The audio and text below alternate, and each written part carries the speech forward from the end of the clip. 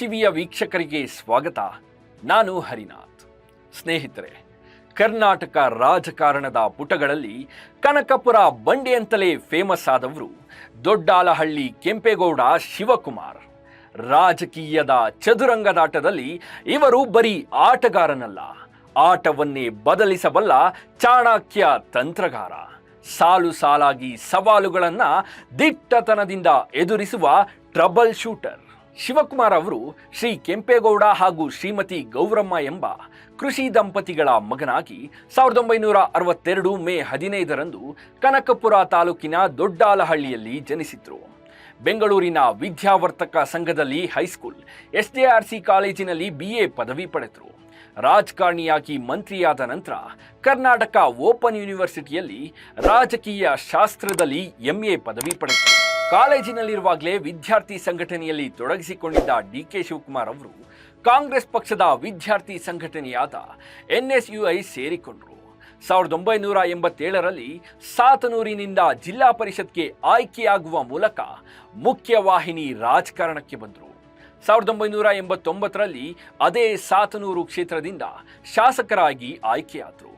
1991ರಲ್ಲಿ ಬಂಗಾರಪ್ಪನವರ ಕ್ಯಾಬಿನೆಟ್ನಲ್ಲಿ ಬಂದಿಖಾನೆ ಸಚಿವರಾಗಿ, 1999ರಲ್ಲಿ SM ಕೃಷ್ಣ ಅವರ ಕ್ಯಾಬಿನೆಟ್ನಲ್ಲಿ ಸಹಕಾರ ಹಾಗೂ ನಗರಾಭಿವೃದ್ಧಿ ಖಾತೆ ಸಚಿವರಾಗಿ, 2013ರಲ್ಲಿ ಇಂಧನ ಸಚಿವರಾಗಿ, 2018ರಲ್ಲಿ ಮೈತ್ರಿ ಸರ್ಕಾರದಲ್ಲಿ ಜಲಸಂಪನ್ಮೂಲ ಹಾಗೂ ಕನ್ನಡ ಸಂಸ್ಕೃತಿ ಸಚಿವರಾಗಿ ಸೇವೆ ಸಲ್ಲಿಸಿದ್ರು.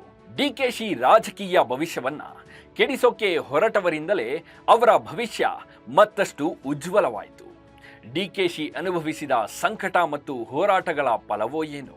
ಅವರು ಇಡಿ ಪ್ರಕರಣದಲ್ಲಿ ಜೈಲಿನಿಂದ ಬಿಡುಗಡೆಯಾದ ಕೆಲವೇ ತಿಂಗಳಲ್ಲಿ KPCC ಅಧ್ಯಕ್ಷರಾದರು. ಆಗ ನಿಜಕ್ಕೂ ಸೊರಗಿದ್ದ ಪಕ್ಷಕ್ಕೆ ನವಚೈತನ್ಯ ತಂದುಕೊಟ್ರು. ಕಾಂಗ್ರೆಸ್ ಸಾರಥ್ಯ ವಹಿಸಿಕೊಂಡು ಪಕ್ಷ ಸಂಘಟನೆಗೆ ಹೊಸ ಹುರುಪು ತಂದರು.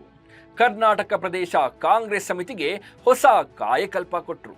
ಸಾಮಾಜಿಕ ಮಾಧ್ಯಮದಲ್ಲಿ ಹಿಂದಿದ್ದ ಪಕ್ಷಕ್ಕೆ ಆಧುನಿಕತೆಯ ಟಚ್ ಕೊಟ್ಟರು. ಕ್ರಾಂತಿಕಾರಿ ಬದಲಾವಣೆಗಳನ್ನು ತಂದರು. 2023ರ ವಿಧಾನಸಭಾ ಚುನಾವಣಾ ವೇಳೆಗೆ ಕಾಂಗ್ರೆಸ್ ಪಕ್ಷ ರಾಜ್ಯದ ಮೂಲೆ ಮೂಲೆಯಲ್ಲೂ ಧೂಳೆಬ್ಬಿಸುವಂತೆ ಮಾಡಿದ್ರು. ಕಾರ್ಯಕರ್ತರ ಸಮೂಹದಲ್ಲಿ ಉತ್ಸಾಹ, ಹುಮ್ಮಸ್ಸಿನ ವಿದ್ಯುತ್ ಸಂಚಾರವಾಗುವಂತೆ ಮಾಡಿದ್ರು. ಕೋವಿಡ್ ಸಮಯದಲ್ಲಿ ನಡೆದ ಮೇಕೆದಾಟು ಹೋರಾಟ ಕಾಂಗ್ರೆಸ್ ಪಕ್ಷದ ಹೊಸ ರೂಪವನ್ನ ನಾಡಿನ ಜನ ನೋಡುವಂತೆ ಮಾಡಿತ್ತು. ಅದರ ಹಿಂದೆ ಇದ್ದಿದ್ದು ಕೂಡ ಇದೇ DKಶಿ ಮಾಸ್ಟರ್ ಮೈಂಡ್. ಈ ಹೋರಾಟಕ್ಕೆ ಕಡಿವಾಣ ಹಾಕಲು ಅವರ ಪಕ್ಷದವರೇ ಟ್ರೈ ಮಾಡಿದ್ರು, ಅದು ಸಕ್ಸಸ್ ಆಗಲಿಲ್ಲ. ಅಲ್ಲಿಂದ DKಶಿ ಇಮೇಜ್ ಬೆಳೆಯುತ್ತಲೇ ಹೋಯಿತು. ಪಕ್ಷದ ಸಂಘಟನೆಯನ್ನ ಪ್ರತಿ ಜಿಲ್ಲೆಯಲ್ಲೂ ಭದ್ರಪಡಿಸಲಾಯಿತು. DKಶಿ ಅನೇಕ ಖಾಸಗಿ ಸಮೀಕ್ಷೆಗಳನ್ನ ಮಾಡಿಸಿ ಜನರ ನಾಡಿ ಮಿಡಿತ ಅರಿತು ಅದಕ್ಕೆ ತಕ್ಕಂತೆ ಪಕ್ಷ ಸಾಗಬೇಕಾದ ಹಾದಿಯನ್ನ ನಿರ್ಧರಿಸಿದ್ರು. ಮುಂಚೂಣಿ ಘಟಕಗಳನ್ನ ಸಕ್ರಿಯಗೊಳಿಸಿದ್ರು. ಉತ್ಸಾಹಿ ಕ್ರಿಯಾಶೀಲ ನಾಯಕರನ್ನ ಪ್ರೋತ್ಸಾಹಿಸಿದ್ರು. 2023ರ ಚುನಾವಣೆಯಲ್ಲಿ ಪಂಚ ಗ್ಯಾರಂಟಿಗಳು ಘೋಷಣೆಯಾಗುವವರೆಗೂ DKಶಿ ಮಾಸ್ಟರ್ ಮೈಂಡ್ ಕೆಲಸ ಮಾಡಿತು. ಬಿಜೆಪಿ ಸರ್ಕಾರದ ವಿರುದ್ಧ ಆಡಳಿತ ವಿರೋಧಿ ಅಲೆ ಎಬ್ಬಿಸಲು ಅನೇಕ ಹೋರಾಟ ನಡೆಸಿದ್ರು. ರಾಜಕೀಯ ತಂತ್ರಜ್ಞರೊಬ್ಬರನ್ನ ಕರ್ಕೊಂಡು ಬಂದು PCM ಅಭಿಯಾನ ನಡೆಸಿ ರಾಷ್ಟ್ರ ಮಟ್ಟದಲ್ಲಿ ಬಿಜೆಪಿಗೆ ಮುಜುಗರ ತಂದ್ರು. ಚುನಾವಣಾ ಟಿಕೆಟ್ ಹಂಚಿಕೆಯಲ್ಲೂ ಚಾಣಾಕ್ಷತನ ತೋರಿ ಅನೇಕ ಕಡೆ ಹೊಸಬರಿಗೆ, ಜನ ಮೆಚ್ಚಿದವರಿಗೆ ಟಿಕೆಟ್ ಸಿಗುವಂತೆ ನೋಡಿಕೊಂಡು ಕಾಂಗ್ರೆಸ್ ಪಕ್ಷಕ್ಕೆ ಅಭೂತಪೂರ್ವ ಗೆಲುವು ತಂದುಕೊಟ್ರು. 136 ಸ್ಥಾನ ಗಳಿಸಿ ಪಕ್ಷ ಅಧಿಕಾರಕ್ಕೆ ಬರಲು ಕಾರಣಕರ್ತರಾದರು. ಬಹುಮತ ಪಡೆದ ಮರುಕ್ಷಣ DK ಅವರು ಆನಂದ ಬಾಷ್ಪದೊಂದಿಗೆ ಇದು ಟೀಮ್ ವರ್ಕ್, ಎಲ್ಲರಿಗೂ ಸಂದ ಜಯ ಎಂದಾಗ ಗಡುಸಾಗಿ ಕಾಣುವ DK ಒಳಗಿನ ಸೌಮ್ಯ ಸ್ವಭಾವವು ಪ್ರಕಟಗೊಂಡಿತ್ತು. ಆ ಕ್ಷಣ ಬಂಡೆಯಂತಹ DK ಎಲ್ಲರಿಗೂ ಆತ್ಮೀಯ ಅಣ್ಣನಂತೆ ಶಿವಣ್ಣನಾಗಿ ಕಂಡಿದ್ದು ನಿಜ.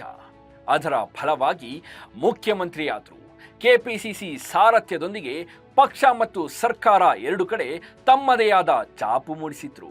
ಈಗ ಮುಖ್ಯಮಂತ್ರಿ ಸ್ಥಾನವನ್ನ ಅಲಂಕರಿಸುವ ಮೂಲಕ ರಾಜಕೀಯ ಬದುಕಿನ ಬಹುದೊಡ್ಡ ಘಟ್ಟಕ್ಕೆ ತಲುಪಿದ್ದಾರೆ.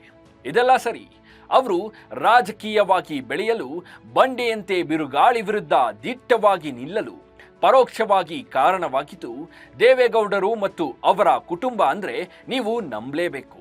ಡಿ.ಕೆ. ಶಿವಕುಮಾರ್ ಅವರೇನಾದರೂ ರಾಜಕೀಯವಾಗಿ ಬೆಳೆದ್ರೆ ನಮಗೆ ಮತ್ತು ನಮ್ಮ ಪಕ್ಷಕ್ಕೆ ಅಪಾಯಕಾರಿಯಾಗ್ತಾರೆ, ಒಕ್ಕಲಿಗ ಮತ ಬ್ಯಾಂಕ್ ಮೇಲೆ ನಿಯಂತ್ರಣ ಸಾಧಿಸ್ತಾರೆ ಎಂಬ ಕಾರಣಕ್ಕೆ ಡಿ.ಕೆ.ಶಿ ವಿರುದ್ಧ ಗೌಡರ ಕುಟುಂಬ ಸಮರವನ್ನೇ ಸಾರಿತ್ತು. ಡಿ.ಕೆ. ಕೂಡ ಪದೇ ಪದೇ ಗೌಡರ ಕುಟುಂಬದ ವಿರುದ್ಧ ತೊಡೆ ತಟ್ಟುತ್ತಲೇ ಹೋದ್ರು. ಇದು ಅವರಿಗೆ ಪ್ಲಸ್ ಆಯ್ತು, ವರದಾನವಾಯಿತು ಅಂತಲೇ ಹೇಳ್ಬೋದು. ಯಾಕಂದ್ರೆ ಪ್ರಬಲ ವಿರುದ್ಧ ಯಾರು ಧೀರರಾಗಿ ಹೋರಾಟ ಮಾಡ್ತಾರೋ ಅವರು ಒಂದಲ್ಲ ಒಂದು ದಿನ ಪ್ರಬಲರಾಗೇ ಆಗ್ತಾರೆ. ಈ ರಾಜಕೀಯದ ಒಳಗುಟ್ಟು ಗೊತ್ತಿತ್ತೋ ಅಥವಾ ಹುಂಬತನದ ವೀರಾವೇಶವೋ, ಒಟ್ಟು ನಿರಂತರವಾಗಿ ದೇವೇಗೌಡರ ವಿರುದ್ಧ ಚುನಾವಣಾ ಅಖಾಡಕ್ಕಿಳಿದು ಸೆಣಸಾಡಿದ್ರು ಇದೇ ಡಿ.ಕೆ. ಶಿವಕುಮಾರ್. ಗೌಡರ ವಿರುದ್ಧ ಹೋರಾಡಲು ಕಾಲಕಾಲಕ್ಕೆ ಕಾಂಗ್ರೆಸ್ ಪಕ್ಷಕ್ಕೆ ಅಸ್ತ್ರವಾಗಿ ಬಳಕೆಯಾದರು. ಮತ್ತೊಬ್ಬ ಒಕ್ಕಲಿಗ ನಾಯಕ, ಪಾಲಿಶ್ಡ್ ರಾಜಕಾರಣಿ ಎಸ್.ಎಂ. ಕೃಷ್ಣ ಕೂಡ ದೇವೇಗೌಡರ ವಿರುದ್ಧ ಇದೇ ಡಿ.ಕೆ.ಯನ್ನ ಅಸ್ತ್ರವಾಗಿ ಬಳಸಿಕೊಂಡರು. ಅದಕ್ಕೂ ಮುನ್ನ 1985ರಲ್ಲಿ ಸಾತನೂರು ಕ್ಷೇತ್ರದಲ್ಲಿ ದೇವೇಗೌಡರ ವಿರುದ್ಧ ಡಿ.ಕೆ. ವಿಧಾನಸಭಾ ಚುನಾವಣೆಗೆ ಸ್ಪರ್ಧಿಸಿ ಸೋತಿದ್ರು. 2002ರಲ್ಲಿ ನಡೆದ ಉಪಚುನಾವಣೆಯಲ್ಲಿ ಕನಕಪುರ ಲೋಕಸಭಾ ಕ್ಷೇತ್ರದಿಂದ ಮತ್ತೆ ದೇವೇಗೌಡರ ವಿರುದ್ಧ ಸೆಣಸಾಡಿ ಸೋತಿದ್ರು. ಆದರೆ 1999ರಲ್ಲಿ ಸಾತನೂರು ಕಣಕ್ಕೆ ಬಂದ ಕುಮಾರಸ್ವಾಮಿ ಅವರನ್ನ ಸೋಲಿಸಿ ಗೆಲುವು ಕಂಡಿದ್ರು. ನಂತರದ ದಿನಗಳಲ್ಲಿ ತಮ್ಮ ರಾಜಕೀಯ ಪ್ರಾಬಲ್ಯವನ್ನ ಹೆಚ್ಚಿಸಿಕೊಂಡ ಡಿ.ಕೆ.ಶಿ 2004ರ ಲೋಕಸಭಾ ಚುನಾವಣೆಯಲ್ಲಿ ದೇವೇಗೌಡರ ವಿರುದ್ಧ ಪತ್ರಕರ್ತೆಯಾಗಿದ್ದ ತೇಜಸ್ವಿನಿ ಶ್ರೀ ರಮೇಶ್ ಅವರನ್ನ ನಿಲ್ಲಿಸಿ ಗೆಲುವು ಸಾಧಿಸುವ ಮೂಲಕ ಪರೋಕ್ಷವಾಗಿಯೂ ರಾಜಕೀಯ ಸೆಣಸಾಟ ನಡೆಸಿದ್ರು. ನಿಮಗೆ ಗೊತ್ತಿಲ್ಲದೆ ಇರ್ಬೋದು, 1999ರ ಸಾತನೂರು ವಿಧಾನಸಭಾ ಚುನಾವಣೆಯಲ್ಲಿ ಇದೇ ಡಿ.ಕೆ. ಶಿವಕುಮಾರ್ ಮತ್ತು ಎಚ್.ಡಿ. ಕುಮಾರಸ್ವಾಮಿ ಅವರು ಅಕ್ಷರಶಃ ಬೀದಿಯಲ್ಲಿ ಕಿತ್ತಾಡ್ಕೊಂಡಿದ್ರು. ಹೀಗೆ ಪ್ರಬಲ ದೇವೇಗೌಡರ ವಿರುದ್ಧ ಅವರ ಕುಟುಂಬದವರ ವಿರುದ್ಧ ಸಮರ ಸಾರುತ್ತಾ ಬಂದ ಕಾರಣಕ್ಕೆ ಅವರು ರಾಜಕೀಯವಾಗಿ ಬೆಳೆಯುತ್ತಾ ಹೋದ್ರು. 2004ರ ಚುನಾವಣೆಯಲ್ಲಿ ಕಾಂಗ್ರೆಸ್ ಜೆಡಿಎಸ್ ಸಮ್ಮಿಶ್ರ ಸರ್ಕಾರ ಬಂದಾಗ ಡಿ.ಕೆ.ಶಿ ಸಂಪುಟದಲ್ಲಿರಬಾರ್ದು ಅನ್ನೋದು ದೇವೇಗೌಡರ ಪ್ರಮುಖ ಬೇಡಿಕೆಯಾಗಿತ್ತು. ಅನಂತರ ಸಾಕಷ್ಟು ರಾಜಕೀಯ ಹಿಂಸೆಯನ್ನ ಡಿ.ಕೆ.ಶಿ ಅನುಭವಿಸಿದ್ರು. ಬಳಿಕ ಎಲ್ಲವನ್ನ ಸಹಿಸುವ ಬಂಡೆಯಾಗಿ ಬಿಟ್ರು. ಇಡಿ ಐಟಿ ಪ್ರಕರಣಗಳಲ್ಲಿ ಸಿಲುಕಿ ಬಂಧನಕ್ಕೊಳಗಾದ್ರೂ ಅವರು ಜಗ್ಗಲಿಲ್ಲ, ಕುಗ್ಗಲಿಲ್ಲ. ಅವರು ಬಂಡೆಯಾಗಿ ನಿಂತು ಎಲ್ಲವನ್ನ ಎದುರಿಸಿದ್ದ ಕಾರಣಕ್ಕೆ ಇಂದು ಭಾಗ್ಯವಿಧಾತರಾಗಿದ್ದಾರೆ, ರಾಜ್ಯದ ಮುಖ್ಯಮಂತ್ರಿ ಆಗ್ತಿದ್ದಾರೆ. ಲೇಟೆಸ್ಟ್ ಹಾಗೂ ಇಂಟ್ರೆಸ್ಟಿಂಗ್ ಸುದ್ದಿಗಳಿಗಾಗಿ ಬಾಸ್ ಟಿವಿ ಕನ್ನಡ ಚಾನೆಲ್ನ ಸಬ್ಸ್ಕ್ರೈಬ್ ಮಾಡಿ. ಹಾಗೆಯೇ ಬೆಲ್ ಐಕಾನ್ ಪ್ರೆಸ್ ಮಾಡಿ. ಇದರ ಜೊತೆಗೆ ಫೇಸ್ಬುಕ್, ಇನ್ಸ್ಟಾಗ್ರಾಮ್, ಎಕ್ಸ್ ನಲ್ಲೂ ಮಿಸ್ ಮಾಡದೆ ಫಾಲೋ ಮಾಡಿ.